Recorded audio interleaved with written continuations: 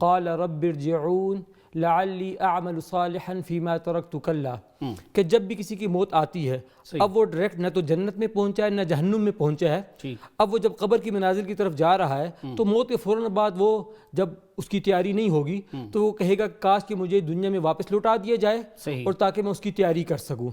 اب عالم برزخ بنیادی طور پر آخرت سے پہلے اور دنیا کے بعد ایک تیسری زندگی ہے جس کو عالم برزخ کہا جاتا ہے۔ اسی طرح قرآن پاک کی بہت ساری آیات ہیں جس میں کہا گیا وَلَا تَقُولُوا لِمَن يُقْتَلُ فِي سَبِيلِ اللَّهِ أَمْوَاتٌ بَلْ أَحْيَاءٌ وَلَكِنْ لَا تَشْعُرُونَ۔ اب جو لوگ شہید ہو چکے، اس دنیا سے جا چکے، قرآن پاک یہ کہہ رہا ہے کہ انہیں مردہ نہ کہو بلکہ وہ زندہ بھی ہیں، انہیں روزی بھی دی جا رہی ہے۔ اب اس روزی سے مراد نہ جنت کی روزی ہے نہ کچھ اور روزی ہے، بلکہ ایک اور مستقل جہان ہے جہاں ان کو یہ روزی دی جا رہی ہے۔ اور بھی قرآن پاک کی بہت ساری آیات ہیں جن میں قبر کی زندگی اور اگر قبر میں کوئی عذاب کی کیفیت ہے اس کو بیان کیا گیا، اور اگر قبر میں کچھ نعمتیں ان کو بیان کیا گیا۔ ڈاکٹر صاحب روکوں گا، کیا اس چیز پہ لوگوں کا اجماع نہیں ہے کہ شہید جو ہیں وہ جنت میں ہیں اور ان کی جو روحیں ہیں وہ سبز کوئی پرندے ہیں، ان میں ان کی روحیں ہیں، پھر کچھ قندیلیں ہیں وہاں پہ جہاں پہ وہ آ کے بسیرا کرتی ہیں، ایسی کوئی حدیث شریف ہے؟ یعنی کہ جب الٹیمیٹلی جو بھی روح ہے یا تو وہ علیین میں جا رہی ہے یا سجین میں جا رہی ہے۔ علیین جنت کے درجات ہیں، اونچے درجات، بلند درجات، پھر ان میں بھی مراتب ہیں، ایک جنت ہے، ایک پھر جنت الفردوس ہے، ایک اس سے اونچی کی درجے کی مختلف جنات ہیں۔ اسی طرح جو بدروحیں ہیں وہ سجین میں جا رہی ہیں، تو گو کہ وہ جا رہی ہیں جنت الفردوس میں مختلف درجات میں جا رہی ہیں، لیکن ان کا جسم وہ موجود ہے، اگر وہ ان کو قبر میں رکھ دیا گیا وہاں پہ وہ موجود ہے، تو اور جسم الگ ہے اور روح الگ ہے، اور ان دونوں کے درمیان ان کا رشتہ بھی بدستور موجود ہے۔ تو قرآن پاک کی بہت ساری آیات ہیں جہاں پہ قبر کی مختلف چیزوں کو ذکر کیا گیا۔ سورہ قرآن پاک میں اللہ تعالیٰ فرما رہے ہیں کہ وَمَنْ أَعْرَضَ عَنْ ذِكْرِي فَإِنَّ لَهُ مَعِيشَةً ضَنْقًا، کہ جو ہمارے ذکر سے اعراض کرتا ہے ہم اس کی زندگی کو تنگ کر دیتے ہیں۔ وَنَحْشُرُهُ يَوْمَ الْقِيَامَةِ أَعْمَى، قیامت کے دن اندھا اٹھائیں گے۔ اب اس پر بھی مفسرین یہ فرماتے ہیں کہ جو دنیا کی جو زندگی کی تنگی مراد ہے، اس سے مراد قبر کی زندگی کا تنگ ہونا مراد ہے۔ اس سے معلوم ہوا کہ قبر کی زندگی ایک مستقل زندگی ہے۔ سورہ تکاثر میں اللہ تعالیٰ کا ارشاد ہے الہاکم التکاثر حتی زرتم المقابر کلا سوف تعلمون ثم کلا سوف تعلمون۔ یہاں دو دفعہ فرمایا گیا کہ عن قریب تم جان لوگے اور پھر تم جان لوگے۔ اب بہت سارے مفسرین اور صحابہ فرماتے ہیں کہ جو پہلا جاننا ہے اس سے مراد قبر کی زندگی ہے، اور جو دوسرا جاننا ہے اس سے مراد آخرت کی زندگی ہے۔ تو جیسے میں نے انٹرو میں ایک حدیث شریف کا ذکر کیا کہ آپ صلی اللہ علیہ وسلم نے فرمایا کہ قبر یا جنت کے باغوں سے ایک باغ ہے یا دوزخ کے گڑھوں سے ایک گڑھا ہے۔ تو ہم نے جیسے شہید کا میں نے ذکر کیا کہ شہید کی روح جو ہے وہ جنت میں ہوتی ہے، تو یہ حدیث اس کے معنی تو نہیں ہے جب قبر ہی جنت بن جائے گی، تو یہ حدیث اس کے مخالف تو نہیں ہے؟ اب یہ جو آپ صلی اللہ علیہ وسلم نے ارشاد فرمایا کہ روضۃ من ریاض الجنہ او حفرۃ من حفر النار، کہ یہ جو قبر ہے اس کو ایک گڑھا مت سمجھو، یہ جنت کے باغوں میں سے ایک باغ ہے، یہ جہنم کے گڑھوں میں سے ایک گڑھا ہے۔ اصل میں جب مردہ قبر میں رکھ دیا گیا یا شہید رکھ دیا گیا، اب اس کے بعد فرشتے آتے ہیں، اس کی مختلف کیفیات ہیں، تو وہاں سے اس کی انفرادی طور پر اگر اس کے اچھے اعمال ہیں، اس کے اچھے اعمال کی وجہ سے جنت کی نعمتیں، قبر کا منتہا نظر تک وسیع ہو جانا، وہاں کی ٹھنڈی ہواؤں کا آنا، نعمتوں کا ملنا وہ شروع ہو جاتا ہے۔ خدا نہ خواستہ اگر وہ گناہگار ہے تو اس کی عذاب اور تکالیف بھی شروع ہو جاتی ہیں، اور یہ اس وقت تک رہیں گی جب تک کہ قیامت عالم حشر قائم نہیں ہو رہا اور سوال و جواب قائم نہیں ہو رہے۔ اس کے بعد ایک مستقل زندگی ہے جو سب کی الگ سے شروع ہوگی۔ روح جو ہے وہ بنیادی طور پہ نور ہے، ایسے ہی ہے نا؟ تو نور کے ساتھ جو معاملات ہوں گے وہ بھی نورانی ہیں، اللہ تعالیٰ کا معاملہ ہے، جنت دوزخ ہے، کوئی فزیکل چیز تو ہمیں قبر میں کوئی بھی دکھائی نہیں دیتی۔ تو کیا اس کی یہ وجہ ہے کہ عام انسان جو ہے وہ اس کی چونکہ حقیقت کو نہیں سمجھتا، اس لیے وہ اعتراض کرتے ہیں کہ جی جنت کوئی اور جگہ ہے اور وہاں چلی جاتی ہیں؟ اس کی مختلف وجوہات ہو سکتی ہیں۔ ایک بات تو یہ ہے کہ قرآن پاک بہت ساری چیزوں میں ہمیں ایمان بالغیب کا حکم دے رہا ہے، بہت ساری چیزیں ہمیں نظر میں نہیں آ رہی، اور حدیث پاک میں یہ بھی آتا ہے کہ جو قبر کی جو کیفیت ہے عذاب وغیرہ کی، یہ انسانوں اور جنات کے علاوہ باقی جانوروں کو سنائی دی جاتی ہے، انسان اور جنات کو اس لیے نہیں سنائی دی جاتی کہ کہیں ایسا نہ ہو کہ اس تکلیف کی وجہ سے وہ مردوں کو دفن کرنا نہ چھوڑ دیں۔ حدیث پاک کا یہی مفہوم نبی اکرم صلی اللہ علیہ وسلم نے ارشاد فرمایا۔ اور دوسری بات یہ کہ بہت سی مرتبہ ہم دین کے بہت سارے احکامات کو عقل کے ترازو پہ پرکھنے کی کوشش کرتے ہیں، اور ظاہری بات ہے کہ وہی کی تعلیمات اور اللہ تعالیٰ کے احکامات یہ عقل سے بہت زیادہ ماورا ہے۔ اللہ تعالیٰ عقل کے خالق ہیں اور اللہ تعالیٰ نے عقل کی کچھ حدود رکھی ہیں، بالکل ٹھیک، ان حدود کے اندر ہم سوچیں گے تو ہمیں درست سمجھ میں آئے گا، اگر ہم ان حدود سے باہر جا کے سوچیں گے تو ہماری سمجھ میں نہیں آئے گا۔ جیسے ہم دیکھتے ہیں کہ کوئی کمپیوٹر ہے، اس میں ہم نے ایک پروگرام انسٹال کر دیا، اگر ہم اس پروگرام کے اکارڈنگلی اس پہ ورک کریں گے تو ظاہری بات ہے کہ وہ پروگرام اس کا رزلٹ بھی آئے گا اور وہ ٹھیک ورک بھی کرے گا۔ لیکن اگر ہم وہ پروگرام انسٹال نہیں ہے پھر ہم ورک کریں گے تو اس کا کوئی رسپانس کچھ بھی نہیں ہوگا۔ اسی طرح اللہ تعالیٰ نے عقل ہمیں دی ہے لیکن وہ وہی کی تعلیمات کے تابع ہے۔ بہت ساری چیزیں ایسی ہیں کہ وہ ہمیں عقل سے سمجھ نہیں آتی جب تک کہ وہی کی تعلیمات کو نہ لیے جائے۔ تو قرآن کو تنقید سے فرصت ہی نہیں، عشق پہ اعمال کی بنیاد رکھ، علامہ صاحب نے شاید یہی درس دیا۔ بالکل ایسے ہی ہے۔ اسی طرح قرآن پاک کی بہت ساری آیات اور احادیث، مختلف صحابہ ہیں، حضرت ابو قتادہ، حضرت ابو سعید خدری رضی اللہ تعالیٰ عنہ جو ان باتوں کو ارشاد فرما رہے ہیں، اور یہ تمام کی تمام صحیح اور متواتر احادیث ہیں جن سے بات معلوم ہوتی ہے کہ عالم برزخ برحق ہے اور اس سے انکار کرنا یہ درست نہیں ہے۔ بالکل ٹھیک۔ اسداللہ صاحب یہ ارشاد فرمائیں کہ معجم کبیر میں نے ایک حدیث شریف دیکھی ہے، اس میں سرکار کا فرمان ایک لکھا ہے کہ آپ صلی اللہ علیہ وسلم نے ارشاد فرمایا کہ اگر آپ کہیں جنگل میں ہیں یا کسی ایسی جگہ میں ہیں یہاں پہ کوئی بندہ نہیں ہے تو آپ رستہ بھول جاتے ہیں یا کوئی چیز آپ کی گم ہو جاتی ہے تو آپ کہیں یا عباد اللہ اغیثونی، یا عباد اللہ اغیثونی، کہ اے اللہ کے بندوں میری مدد کرو، اے اللہ کے بندوں میری مدد کرو۔ تو مجھے ایک خیال آ رہا تھا کہ اس سے مراد ہے کہ کچھ جو کامیاب ارواح ہیں وہ قید نہیں ہیں، وہ آزاد گھومتی پھرتی ہیں، واللہ علم اب کتنے ٹائم کے لیے ہیں، کتنی ان کو اجازت ہے، لیکن حدیث شریف میں یہ پتہ چلتا ہے کہ وہ گھوم رہی ہیں۔ تو وہ رجال الغیب کا حکم ہے کہ ان سے مدد مانگ لو آپ، تو کیا یہ فرمائیں تھوڑا سا کہ وہ ارواح جو باہر گھوم رہی ہیں کیا وہ گھروں کو بھی آتی ہیں؟ بعض لوگ یہ بھی کہتے ہیں، کیا ارشاد فرماتے ہیں؟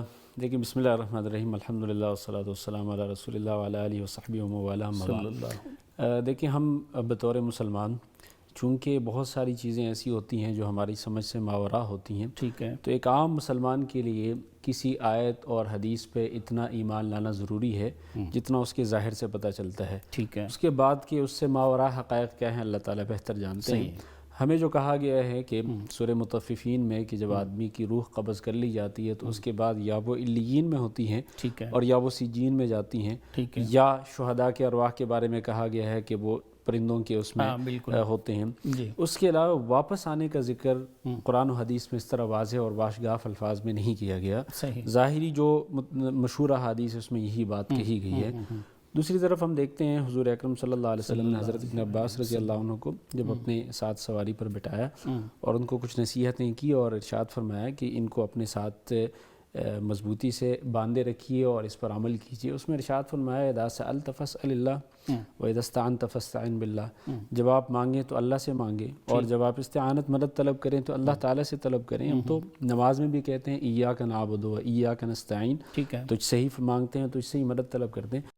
حضور صلی اللہ علیہ وسلم کے بارے میں ہمیں حدیث شریف ملتی ہے بخاری میں کہ آپ ارشاد فرماتے ہیں واللہ موتی وانا قاسم، اللہ تعالیٰ عطا کرتے ہیں لیکن تقسیم ہم کرتے ہیں، ٹھیک ہے، تو اس سے آپ کیا مراد لیتے ہیں کہ آپ صلی اللہ علیہ وسلم کیا کیا تقسیم فرماتے ہیں؟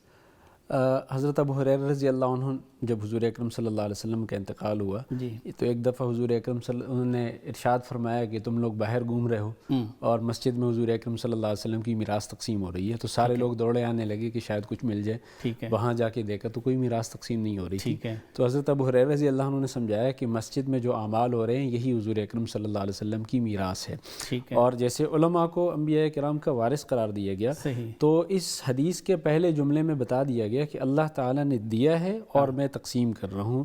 وما هو علی الغیب بضنین، حضور اکرم صلی اللہ علیہ وسلم کو جو کچھ غیب کے بارے میں بتایا گیا تھا، جو کچھ بتایا گیا تھا اس میں بخیل نہیں تھے، جو کچھ اللہ تعالیٰ نے دیا تھا وہ سارا کا سارا تقسیم کیا اور تقسیم کرنے اور امت تک پہنچانے کے بعد پھر امت کو گواہ بھی بنایا کہ کیا تم اس بات پر گواہ ہو کہ جس چیز کو تقسیم کرنے کا اللہ تعالیٰ نے مجھے ذمہ دیا کیا وہ میں نے تم تک پہنچا دیا؟ انہوں نے کہا کہ ہاں. یعنی آپ جو فرما رہے ہیں اس سے مراد ہے کہ جو تعلیمات تھی دین تعلیماتی وہ تقسیم کی گئی. ایک اور چھوٹا سا سوال ہے ضمناً بات آ گئی ہے تو یہ ارشاد فرمائیں کہ اکثر لوگ یہ کہتے ہیں جی لوگوں سے کسی سے کوئی چیز نہیں مانگنی چاہیے، تو آج آپ سے فائدہ اٹھاتے ہیں، یہ پوچھتے ہیں کہ انسان ویسے غیر اللہ ہے؟ قرآن میں تو یہ ہے کہ فَإِذَا سَوَّيْتُهُ وَنَفَخْتُ فِيهِ مِن رُوحِي فَقَعُوا لَهُ سَاجِدِينَ. اللہ فرما رہے ہیں کہ جب میں یہ آدم کی جو مٹی ہے اس میں اپنی روح پھونک دوں تو تم سارے اس کو سجدہ کرنا. ٹھیک ہے. تو اس میں تو اللہ نے اپنی روح ڈالی ہوئی ہے. ٹھیک ہے. تو کیا آپ اس کو غیر اللہ کہہ سکتے ہیں؟ ٹھیک. اچھا، ایک آپ نے سوال کیا تو میں بھی سوال کر دوں. جی جی. غیر اللہ کے اپوزٹ عین اللہ ہے نا، تو جب آپ کہیں گے کہ غیر اللہ ہے، اگر جواب یہ کہ نہیں ہے تو وہ عین اللہ ہے، بیچ میں تو کوئی واسطہ نہیں ہے. ٹھیک ہے. تو جواب کلیئر میرے ہاں بالکل واضح ہے کہ وہ غیر اللہ ہے. اچھا، یعنی انسان جو ہے وہ غیر اللہ ہے، اور غیر کا مطلب پھر وہ سجدہ کیوں کرایا؟ غیر اللہ ہے تو اللہ نے شرک کرا دیا، پھر یہ کیا معاملہ ہے؟ مسئلہ یہ ہے سمجھائیں ذرا تھوڑا سا کہ شرک حرام ہے. اور کیوں حرام ہے؟ اس لیے کہ اللہ تعالیٰ نے اس سے روکا ہے. نہیں، یہاں پہ تو سجدہ کرا دیا نا. اگر غیر اللہ ہے تو اللہ نے خود سجدے کا حکم دے کے تو پھر معاذ اللہ شرک کا حکم دیا. ہمارے لیے صحیح اور غلط کا معیار ہے اللہ تعالیٰ کا حکم. ایک ہی وقت میں کوئی حکم اللہ تعالیٰ نے دیا تو وہ جائز بلکہ فرض ٹھہرا، دوسرے وقت میں اس سے روکا تو وہ ناجائز اور حرام ٹھہرا. ٹھیک ہے. اور دوسری بات یہ ہے کہ سجدہ جو ہوتا ہے وہ ایک سجدہ تو وہ ہے جس کو آدمی عبادت کی نیت سے کرتا ہے، اور وہ کرتے ہی آدمی دائرہ اسلام سے خارج ہو جاتا ہے، بے شک وہ کہے کہ میں ایمان لاتا ہوں. اس لیے کہ کچھ اعمال کفر کی واضح نشانیاں ہوتی ہیں. ٹھیک ہے. کچھ ہوتا ہے سجدے تعظیمی، تعظیم کے لیے آپ کسی کے سامنے جھکتے ہیں، کوئی سجدہ کرتے ہیں، وہ حرام ہے. چونکہ اس میں عبادت کی نیت نہیں ہے اس لیے ہم یہ نہیں کہہ سکتے کہ اس سے بندہ کافر ہو جاتا ہے، لیکن وہ حرام ہے.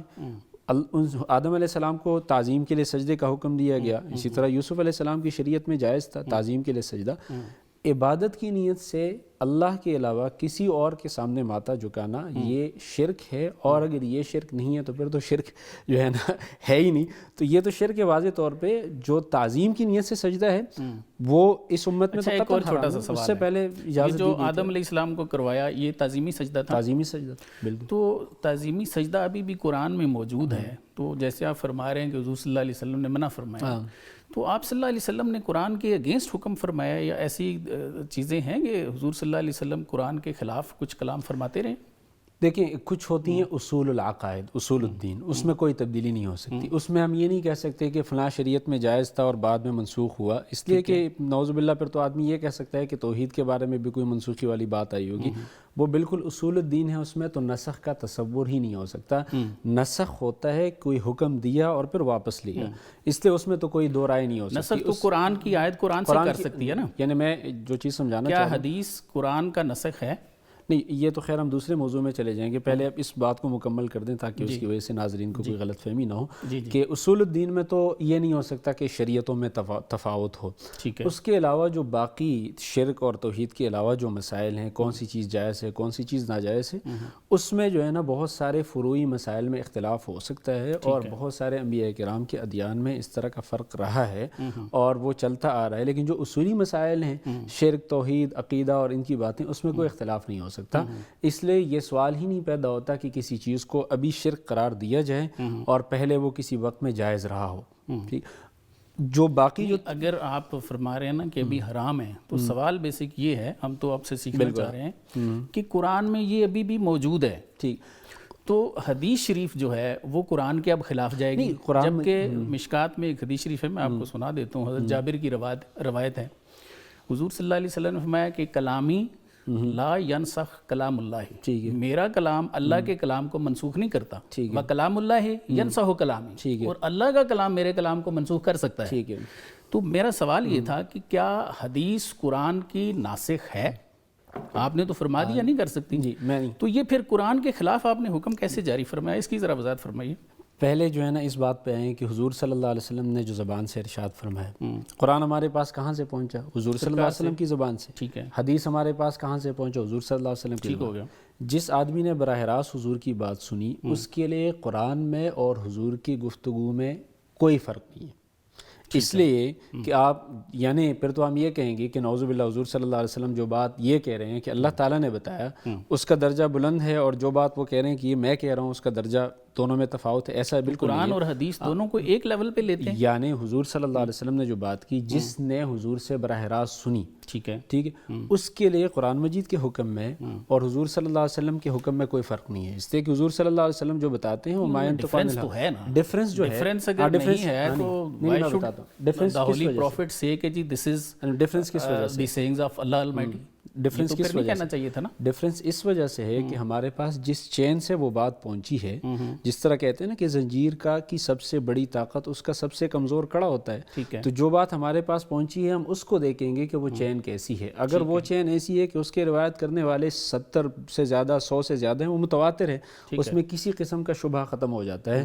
لیکن اگر بیچ میں ایسا کوئی طبقہ آ جاتا ہے کہ جس میں اس کا روایت کرنے والا ایک ہوتا ہے، اس کی وجہ سے اس میں کمزوری آ جاتی ہے سند کی وجہ سے۔ یہ جو ہم اس طرح فرق کرتے ہیں، یہ نعوذ باللہ اس وجہ سے نہیں کرتے کہ حضور صلی اللہ علیہ وسلم کی بات اللہ تعالیٰ کی بات سے کمتر ہے، یہ صرف سند کی وجہ سے کہ چونکہ پہلی بات ہمارے پاس پہنچی ہے متواتر سند سے، دوسری بات ہمارے پاس پہنچی ہے خبر واحد سے، ورنہ حضور صلی اللہ علیہ وسلم کی بات جو ہمارے پاس تواتر سے پہنچی ہو وہ بالکل قرآن مجید صاحب آپ کے خیال میں قرآن اور حدیث کا ایک درجہ ہے، ایک درجہ ہے، جو درجے میں اختلاف ہے وہ سند کی وجہ سے، اسی لیے حدیث متواتر اور آیت متواترہ کے حکم میں کوئی فرق نہیں ہے۔ حدیث متواتر قرآن مجید کے حکم کو منسوخ کر سکتی ہے، اور ہم یہ نہیں کہہ سکتے نعوذ باللہ کہ ایک بندے کے کلام نے اللہ تعالیٰ کے کلام کو منسوخ کیا، دونوں اللہ تعالیٰ کی قرآن میں نسخ کی تعریف ہے، ما ننسخ من آیت او ننسها ناتی بخیر منها او مثلها، کہ ہم کوئی جو آیت منسوخ کرتے ہیں تو یا تو اس جیسی لاتے ہیں یا اس سے بہتر لاتے ہیں، تو وہ تو آیت کے لانے کا ہے، اس میں حدیث کا ذکر تو نہیں ہے۔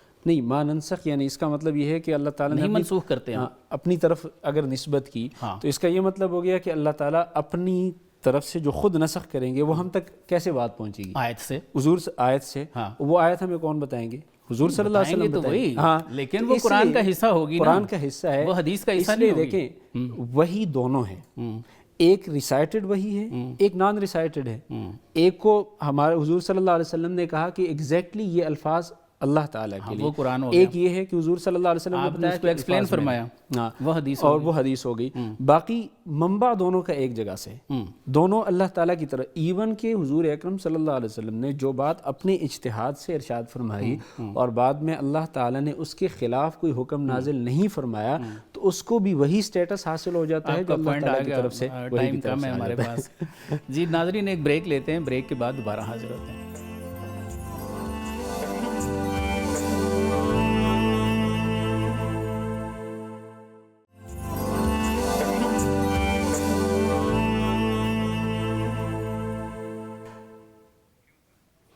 جی ناظرین اپنے مہمانوں سے مزید گفتگو کرتے ہیں۔ انس صاحب یہ ارشاد فرمائیے کہ بخاری مسلم میں متفقن علیہ حدیث ہے، حضرت انس کی روایت، کہ جب مردے کو قبر میں رکھتے ہیں تو وہ جنازہ پڑھ کے جو لوگ جاتے ہیں ان کے جوتوں کی آواز بھی سنتا ہے، ایسے ہی ہے؟ جی جی ایسے ہی، یہ متفقن علیہ حدیث ہے۔ پھر اس کے بعد جو دو فرشتے ہیں وہ آ جاتے ہیں اور وہ پوچھتے ہیں ما کنت تقول فی حاضر رجلی لمحمد، کہ آپ اس شخصیت محمد صلی اللہ علیہ وسلم کے بارے میں کیا کہا کرتے تھے؟ تو یہ ارشاد فرمائیے کہ یہ اتنی ظاہر ہے بخاری میں بھی ہے، مسلم میں بھی ہے، لوگ پھر بھی یہ کہتے ہیں کہ قبر میں کوئی زندگی نہیں ہے، اس کی کیا وجہ دیکھتے ہیں آپ؟ جیسا کہ ہم نے پہلے سوال کے جواب میں اس بات کو دیکھا کہ قرآن پاک کی بہت ساری آیات اور احادیث دنیا کے بعد اور آخرت کے درمیان ایک مستقل زندگی کو ثابت کر رہے ہیں جو عالم برزخ ہے، ٹھیک ہے، اور یہ صحیحین کی جو احادیث ہے متفقن علیہ ہے، سیدنا انس رضی اللہ تعالیٰ عنہ کی اور بھی بہت سارے صحابہ ایسی روایات کو بیان فرماتے ہیں۔ ان مجموعہ روایات سے بھی یہی بات ثابت ہوتی ہے کہ برزخ کی زندگی ایک مستقل زندگی ہے، اور جیسے دنیاوی زندگی میں ہم دیکھتے ہیں کہ ہم نے کوئی بات کسی نے کہی ہم نے سن لی، اسی طرح نبی اکرم صلی اللہ علیہ وسلم یہی بیان فرما رہے ہیں کہ جب مردے کو رکھ دیا گیا قبر میں، اب وہ واپس جا رہا ہے، تو جیسے ہم دنیا کی زندگی میں کوئی بات سنتے ہیں ایسے اس زندگی میں بھی وہ ان کی آوازوں کو سن رہا ہے، ایک بات۔ دوسری بات یہ ہے کہ جیسے دنیا میں ہمارے سوالات ہیں، جوابات ہیں، ایسے کسی حد تک اللہ تعالیٰ نے انہیں جو زندگی عطا کی ہے برزخ میں، اور وہ زندگی برحق ہے، اس میں مختلف سوالات بھی ہیں اور مختلف جوابات بھی ہیں، اور یہ سوالات اور جوابات ہماری دنیا کی زندگی کو اور اس کی پریکٹسز کو بیان کرتی ہیں، اس کو ریفلیکٹ کرتی ہیں، پھر اس کے بعد وہ اگلی زندگی کا شروعات ہیں۔ اب اس حدیث پاک میں تو ایک سوال کا تذکرہ ہے کہ نبی اکرم صلی اللہ علیہ وسلم کے بارے میں آپ کیا کہتے ہو، آپ کا کیا خیال ہے؟ ٹھیک ہے، یعنی کہ وہ نبی اکرم صلی اللہ علیہ وسلم کی رسالت اور نبوت کے بارے میں پوچھ رہے ہیں، ان سے سوال کر رہے ہیں۔ تو لہٰذا جس نے دنیا کی زندگی میں نبی اکرم صلی اللہ علیہ وسلم کا کلمہ پڑھا، آپ اس حسنہ پر عمل کیا، اپنی اعمال کی وجہ سے وہ بتا پائے گا کہ یہ اللہ تعالیٰ کے رسول ہیں۔ اسی طرح مختلف سوالات میں سے ایک سوال یہ بھی ہے کہ من ربو کا، تمہارے رب کون ہے؟ اسی طرح ما دینو کا، تمہارا دین کیا ہے؟ اب یہ سوالات اس بات کو ظاہر کر رہے ہیں کہ وہ زندگی برحق ہے، یعنی جو زندگی ہم نے دنیا میں گزاری ہے اسی کے بارے میں سوال ہوگا۔ یقیناً اب جو دنیا کی زندگی ہم نے کیسے گزاری ہے، بہت سی مرتبہ دنیا والوں کے سامنے ہمارا تصویر کا ایک رخ ہوتا ہے اور پریکٹیکلی دوسرا رخ ہوتا ہے۔ اب قبر کے یہ سوالات اور جوابات ہمارے، ان کے درست جوابات ہمارے لیے ایک صحیح رخ کو متعین کر رہے ہیں، اور خدا نہ خواستہ اگر کوئی آدمی درست جواب نہیں دے سکا تو وہ زندگی کے دوسرے رخ کو متعین کر رہے ہیں، اور اس رخ کے مطابق یہ عالم برزخ کی پوری زندگی ہے۔ جس آدمی نے ان تمام سوالات کے جوابات کو درست دے دیا تو اس کے لیے کیا ہوگا کہ جنت کی کھڑکی اس کے لیے کھول دی جائے گی، اور ان کی نعمتوں اور راحتوں کو وہ محسوس کرے گا، اور اسے معلوم بھی نہیں ہوگا کہ انہی راحتوں میں میدان حشر بھی قائم ہو جائے گا اور برزخ کی زندگی ختم ہو جائے گی اور ایک نئی زندگی شروع ہو جائے گی۔ خدا نہ خواستہ اگر کسی نے ان سوالوں کے درست جواب نہیں دیے تو ایسی صورت میں اس کے لیے پھر دوزخ اور دوزخ کا عذاب اور تکالیف وہ تو بعد میں شروع ہوں گی، لیکن اس کی جھلک کے طور پر دنیا میں بہت سارے، قبر میں بہت سارے عذابات شروع ہو جائیں گے۔ تو اب یہ سوالات اور جوابات اور ان کی آوازوں کو سننا، یہ اس بات کو ظاہر کر رہے ہیں کہ وہ ایک زندگی برحق ہے، اور اس کے بھی بہت سارے معاملات اس دنیا کے معاملات کے مشابہ ہیں۔ بالکل ٹھیک ہے جی۔ اسداللہ صاحب یہ ارشاد فرمائیے کہ ترمذی شریف میں ایک حدیث ملتی ہے، حضرت ابو ہریرہ رضی اللہ تعالیٰ عنہ کی روایت ہے۔ آپ فرماتے ہیں کہ قبر میں جب مردے کو رکھ دیتے ہیں تو دو کالی رنگت والے فرشتے آتے ہیں جن کی آنکھیں نیلی ہیں، تو وہ آ کے جب پوچھتے ہیں، جیسے یہ حضور صلی اللہ علیہ وسلم کے بارے میں وہی کلام ہے آگے، تو جو جواب دے دیتا ہے سرکار دو عالم صلی اللہ علیہ وسلم کی رسالت کی گواہی دے دیتا ہے، تو اس کو وہ پھر فرماتے ہیں نم کا نومت العروس، کہ آج پہلی رات کی دلہن کی طرح سو جا۔ تو یہ ارشاد فرمائیے کہ اب وہ قیامت تک سوتے رہیں گے لوگ وہاں پہ، یا ان کی کوئی زندگی جو ہے وہ کس طرح کی ہے؟ ان کو کوئی رزق بھی ملتا ہے جیسے شہیدوں کو ملتا ہے؟ ان کی زندگی کے بارے میں کچھ بتائیے۔ زندگی سے پہلے اس حدیث کا مزہ لینے دیں کہ جس میں یہ کہا گیا ہے کہ دلہن کی طرح سو جا۔ ہاں صحیح۔ تو دلہن کی طرح کیوں کہا گیا ہے؟ جو شادی کی رات دلہن ہوتی ہے نا، تو اگر 1000 لوگ شادی کے فنکشن میں شریک ہوتے ہیں، وہ سارے مصروف ہوتے ہیں، مخدوم ایک ہی ہوتی ہے، ساری خدمت دلہن کی ہو رہی ہوتی ہے۔ بالکل صحیح۔ تو اسی طرح جو مردہ صحیح جواب دے گا تو سارے کارندے اور جنت کے فرشتے وہ خدمت میں لگیں گے، اور مردہ جو ہے نا وہ دلہن کی طرح سوئے گا۔ سبحان اللہ۔ اور ظاہر سی بات ہے کہ برزخ کے بھی مختلف مراحل ہیں، جیسے یوم قیامت کے بے شمار مراحل ہیں، جنت کے بے شمار مراحل ہیں، یہ بھی برزخ کا ایک مرحلہ ہے جس میں اس کو کہا گیا ہے کہ سو جا۔ اس کا مطلب یہ نہیں ہے کہ وہ قیامت تک سوتا رہے گا، اگر وہ جیسے اس نے سوالات کے جوابات ٹھیک طرح سے دیے، اور سوالات کے جوابات کے بارے میں جیسے بات ہوئی کہ دنیا میں تو ہم امتحان کے سوالات نہیں بتاتے، اس سے کہ دنیا میں جواب دیا جاتا ہے علم کی بنیاد پر۔ ٹھیک ہے۔ آخرت کے سوالات بتائے گئے ہیں اس سے کہ وہاں پہ جواب علم کے مطابق نہیں دیا جائے گا، یقین کی بنیاد پہ دیا جائے گا، اسی لیے جو ٹھیک جواب دے گا اس کو کہا جائے گا کہ علی الیقین عشت وعلی الیقین مت وعلی الیقین تبعث انشاءاللہ۔ تو جس نے ٹھیک جوابات دیے تو اس کے لیے جنت کی ایک کھڑکی کھول دی جاتی ہے، اور اس پہ دنیا کے جنت کی ساری نعمتیں اس کے لیے کھول دی جاتی ہیں۔ تو اس کے بعد مختلف مراحل ہیں، اس میں اگر وہ سونا چاہے تو سو بھی سکتا ہے، وہ جنت کے ان نعمتوں سے لطف اندوز بھی ہو سکتا ہے، اور جس طرح سے شہداء کے بارے میں بتایا گیا کہ ان کو رزق دیا جاتا ہے، ان کے ارواح کو رزق دیا جاتا ہے۔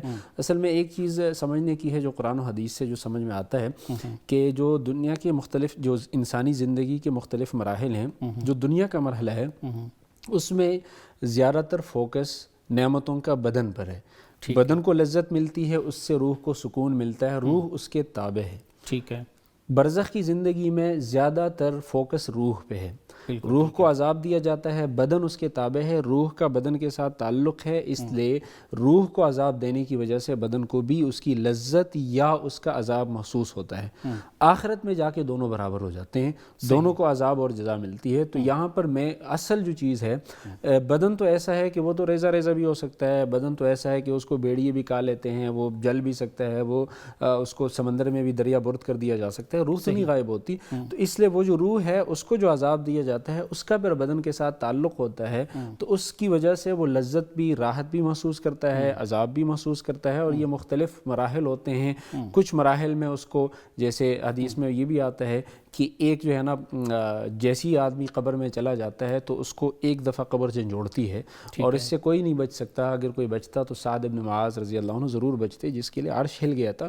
تو اس لیے کچھ مراحل ایسے آئیں گے کہ جس میں مومن لوگ بھی ڈریں گے، اور خاص طور پہ نکیر منکر کو دیکھ لینے کے بعد، اس لیے کہ ان کی شکل اتنی ڈراؤنی ہوگی کہ اس کی وجہ سے لوگوں کو ضرور خوف محسوس ہوگا، اور ان پر بھی ایک خوف آئے گا جو مومن بندے ہوں گے۔ اس کے بعد جب وہ ان مراحل کو کامیابی سے اس میں سے گزر جائے گا، اس کے بعد پھر اس کے راحت کے وہ مراحل شروع ہو جائیں گے، اور وہ بے شمار مراحل ہیں، مختلف مراحل۔ اس کی حقیقت کیا ہے اللہ تعالیٰ بہتر جانتا ہے، ہم اتنا ہی جانتے ہیں، وما اوتیتم من العلم الا قلیلا، جتنا اللہ اور اس کے رسول نے بتایا ہے۔ بالکل ٹھیک ہے جی۔ ناظرین، ایک وقفے کے لیے کہا جا رہا ہے، ایک وقفہ لیتے ہیں، وقفے کے بعد دوبارہ حاضر ہوتے ہیں۔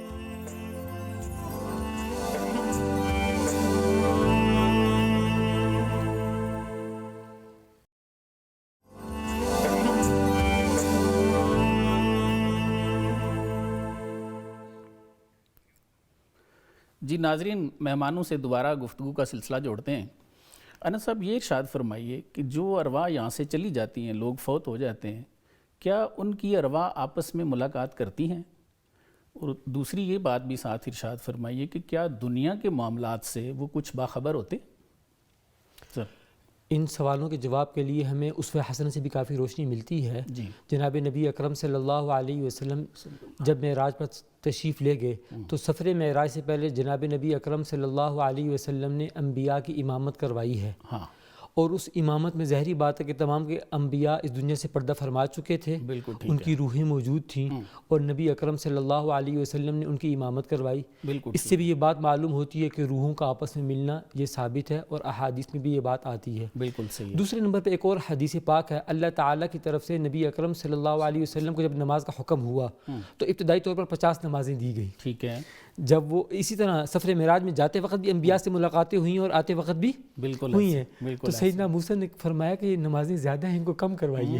بالکل تو صحیح۔ ظاہری بات ہے کہ وہاں بھی روحوں کی ملاقات ہے۔ ہاں، تو سفر معراج تو اس ساری ملاقات کو آسمانوں پر بھی اور بیت المقدس میں بھی اس بات کو ظاہر کر رہا ہے کہ ملاقات ہونا بھی ثابت ہے، اور انبیاء کی جب ہوتی ہے تو اوروں کی بھی ہو سکتی ہے۔ بالکل ٹھیک۔ جہاں تک دوسرے سوال کا تعلق ہے کہ ان روحوں کی ملاقات کے بعد کیا دنیا کی خبریں دنیا سے باخبر ہوتے ہیں، تو یہ بھی احادیث میں آتا ہے کہ ایک روح جب نئی نئی منتقل ہوئی ہے، فوت ہوا ہے آدمی اور عالم برزخ میں وہ منتقل ہوا، قبر میں رکھا گیا، تو اس قبر والوں کو بھی محسوس ہوتا ہے کہ کوئی آدمی آیا ہے، اور اس نیک اعمال کا ان پر بھی اثر ہوتا ہے، اور ان کی آپس سے ملاقات بھی ہوتی ہے، اور وہ پوچھ لیتے ہیں کہ ہمارے جانے کے بعد ہماری اولاد کا کیا ہوا، اور ہماری جانے کے بعد کی کوئی خبر ہو تو ہمیں بتلا دو۔ بالکل تو ظاہری بات ہے کہ وہ ایک مستقل زندگی ہے، تو اللہ تعالیٰ کی حکمت کے مطابق اور اللہ تعالیٰ نے جتنی انہیں استطاعت دی ہے، اور اللہ تعالیٰ کے حکم کے مطابق ان کی ملاقات بھی ثابت ہے، اللہ تعالیٰ کی علم و حکمت کے مطابق وہ باخبر بھی رہتے ہیں، اور جتنا اللہ تعالیٰ نے ان کے مقدر میں لکھا وہ ان تمام باتوں کو سنتے بھی ہیں اور جواب بھی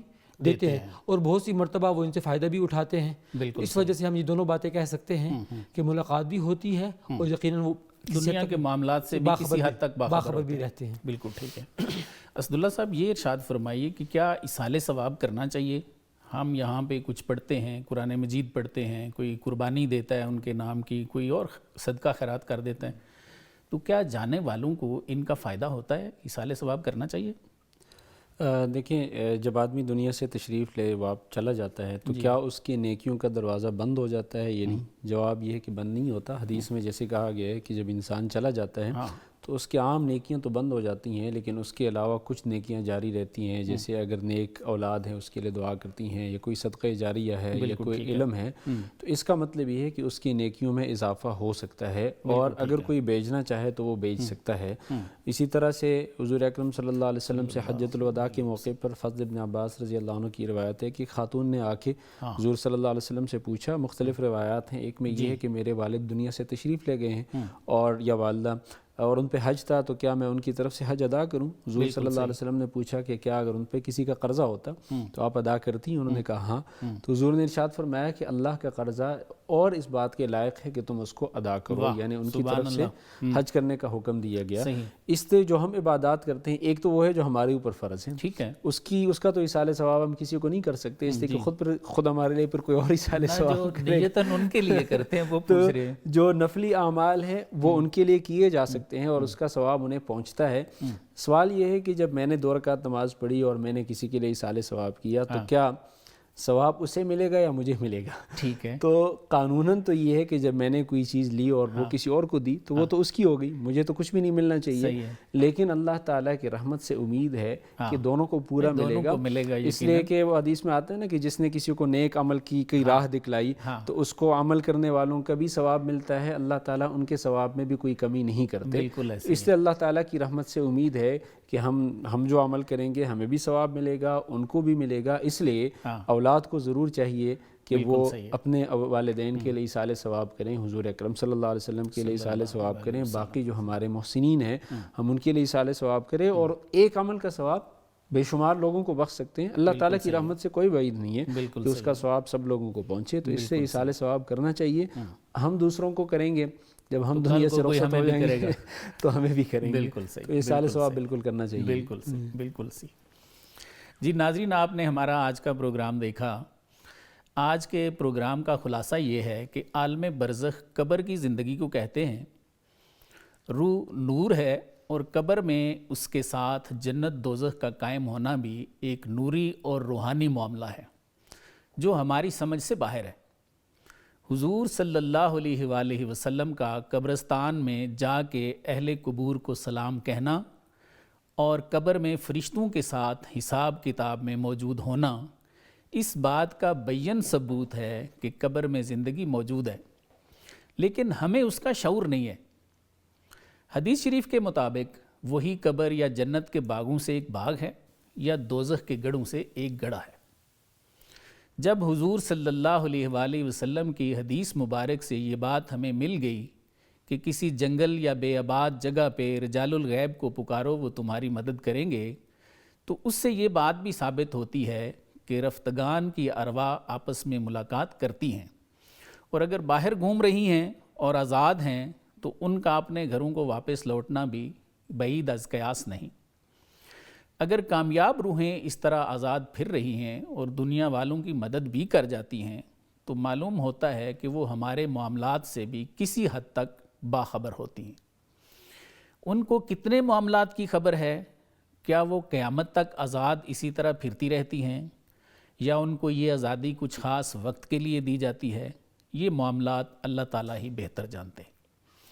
اسی کے ساتھ ہی میں اپنے معزز مہمانوں کا شکریہ ادا کرتا ہوں۔ سر، آپ دونوں کی تشریف آوری کا بہت بہت شکریہ۔ ناظرین، اپنے میزبان کو بھی اجازت دیجیے۔ اللہ حافظ۔